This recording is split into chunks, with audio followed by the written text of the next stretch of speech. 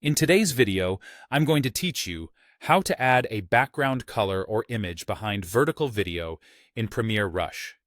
This is a simple way to make vertical footage look polished when it sits on a wider canvas, like for YouTube or presentations. By placing a custom background behind your tall video, you can fill the empty space with something that matches your brand or enhances your story. First, bring in the image or video you want to use as your background. This could be a soft gradient, a subtle pattern, a photo, or even a looping motion clip. Choose something that complements your content and doesn't distract from your subject. For solid colors, you can use a plain color image you've prepared beforehand or a downloaded color swatch. Higher resolution files look cleaner, especially if the project is in a larger frame size, so aim for HD or higher when possible. In Premiere Rush, import your background asset the same way you import any media.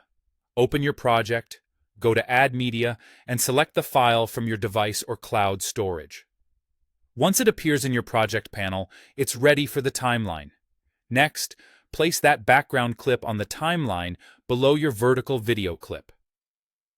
Rush uses a layered timeline, which means clips on higher tracks appear on top of clips on lower tracks. Your vertical video should sit on an upper track, and your background should sit underneath on a lower one. Drag the background clip onto the timeline and position it directly under your vertical video. If you don't see the background, double-check that it's on a lower track and that your vertical video hasn't accidentally been placed beneath it.